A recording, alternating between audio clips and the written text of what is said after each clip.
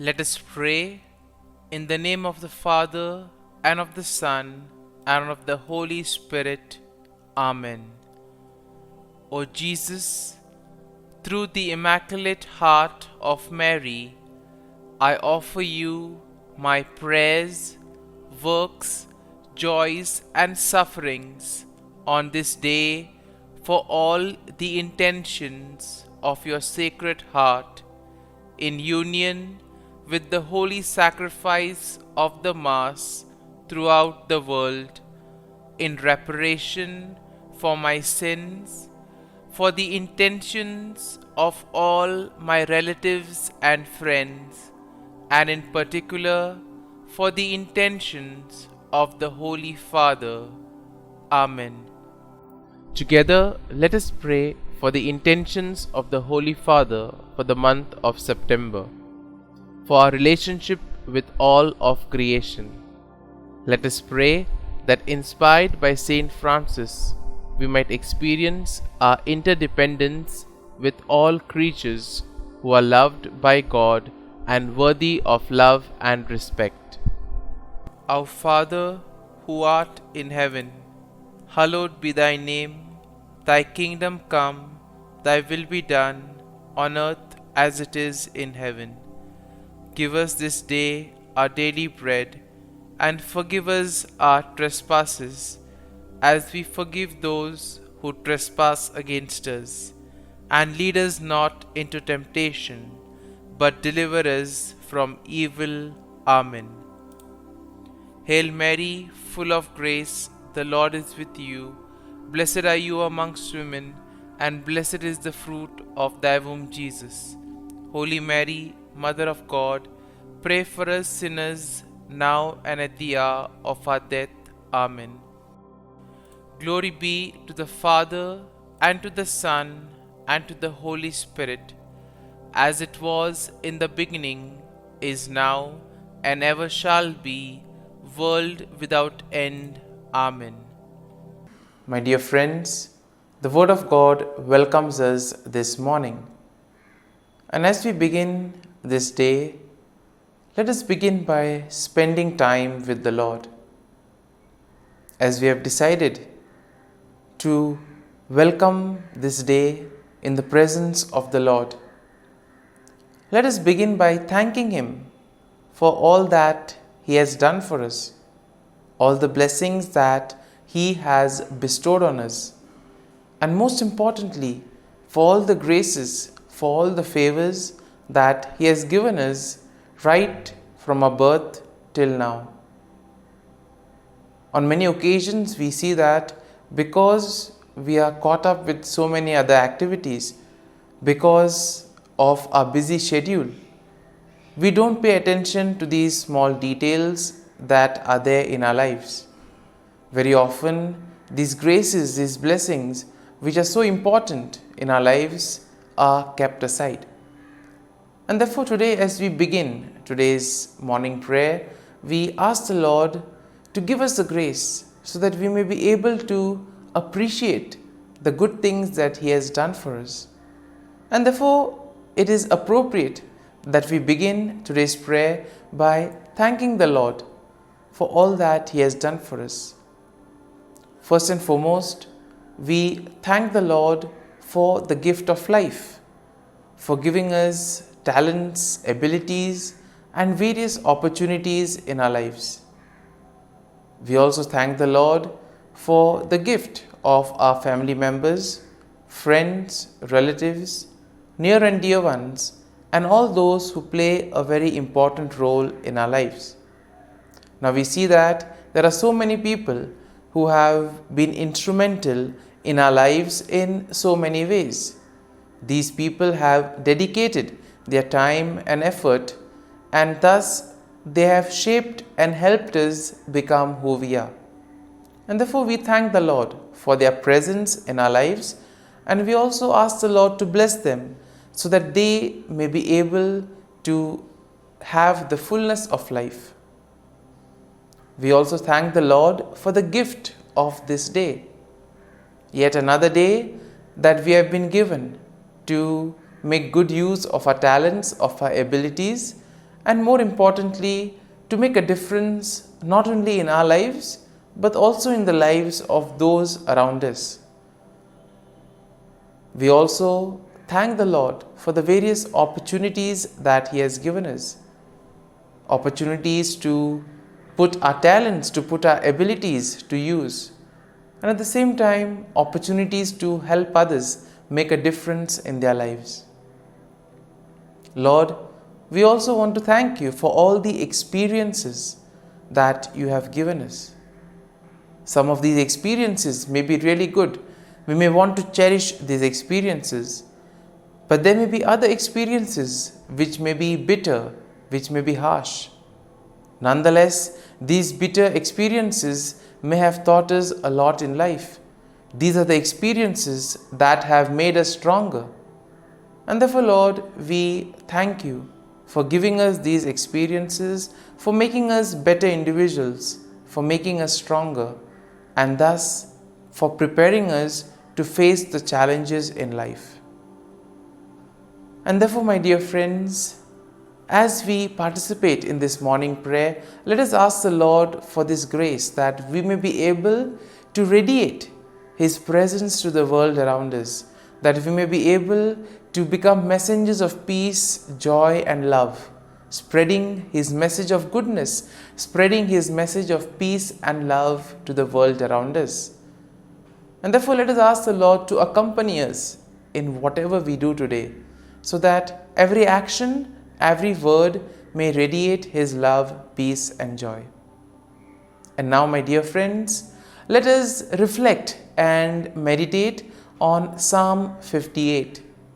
As usual, we shall have a general overview of the psalm, and then we shall take a look at the psalm in detail.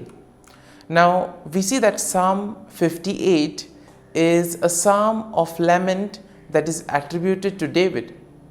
It is a powerful and impassioned plea for God's justice against wicked rulers and unjust judges.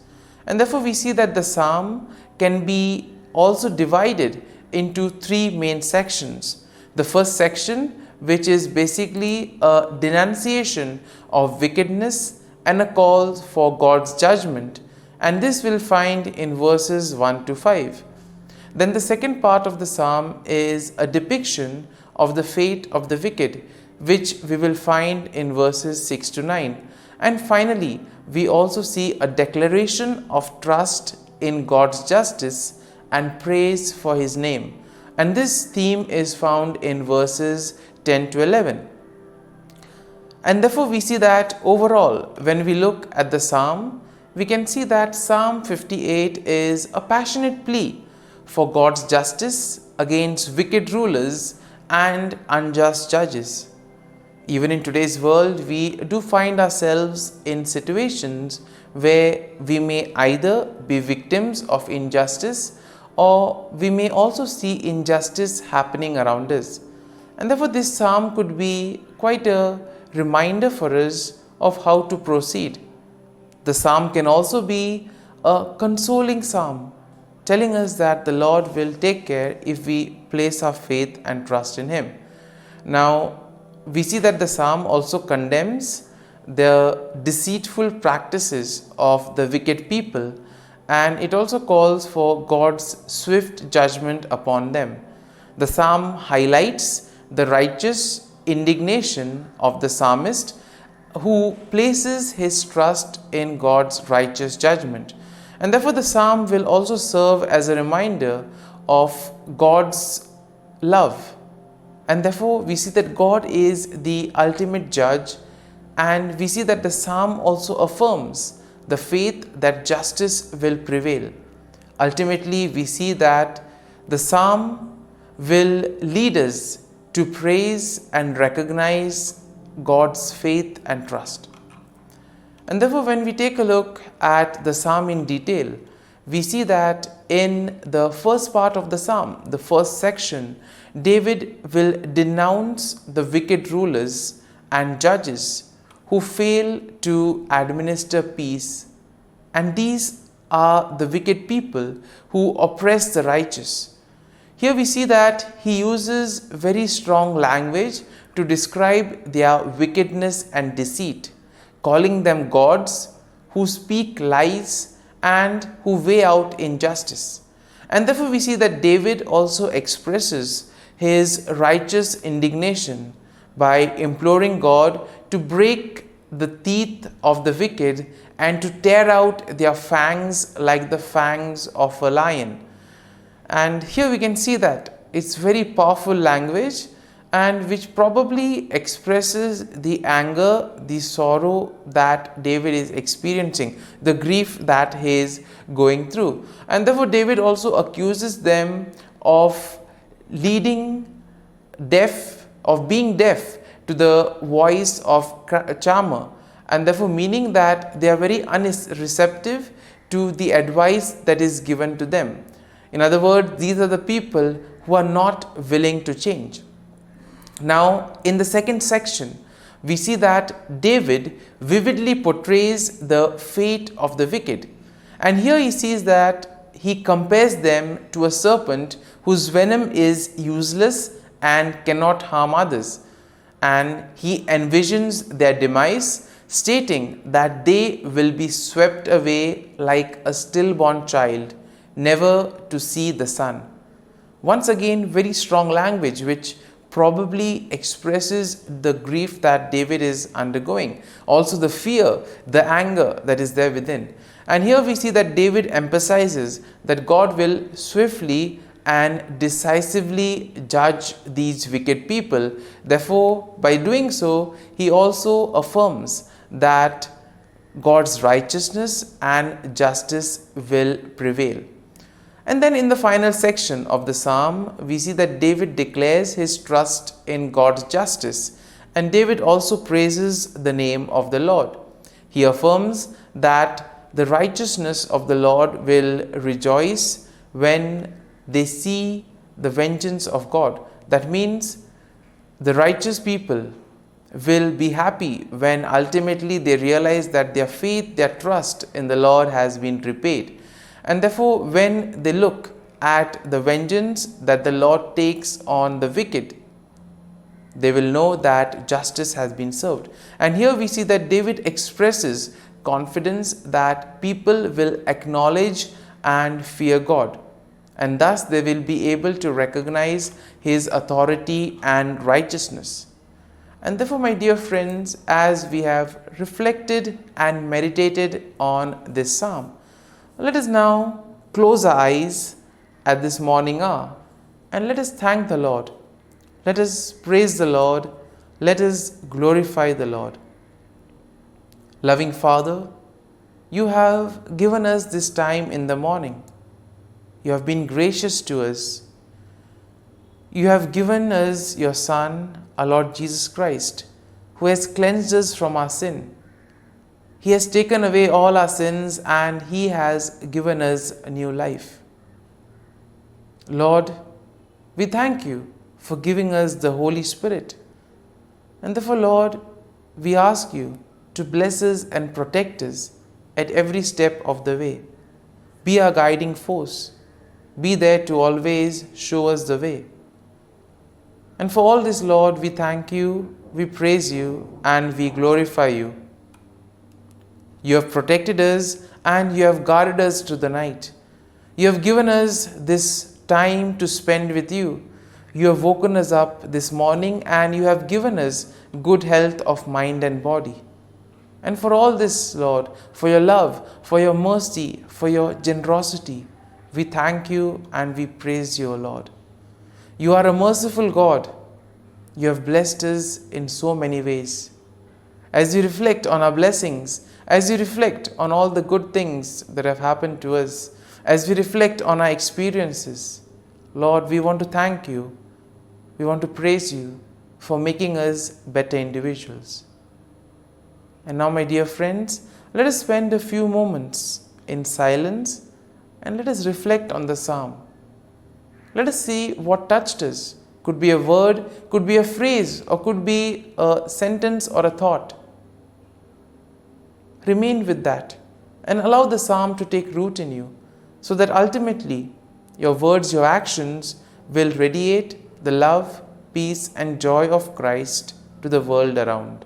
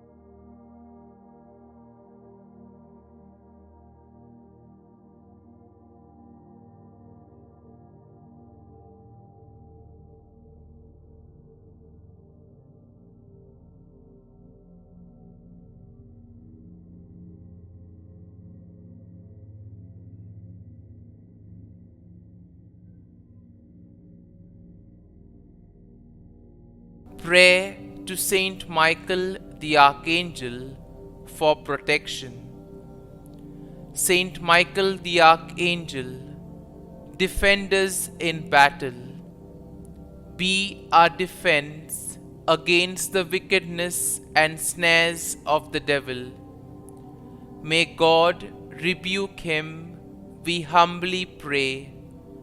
And do thou, O Prince of the heavenly hosts, by the power of God, thrust into hell Satan and all the evil spirits who prowl about the world, seeking the ruin of souls. Amen. Act of Adoration. O Sacrament most holy, O Sacrament divine, all praise and all thanksgiving be every moment thine. Saint Gertrude, prayer for souls in purgatory.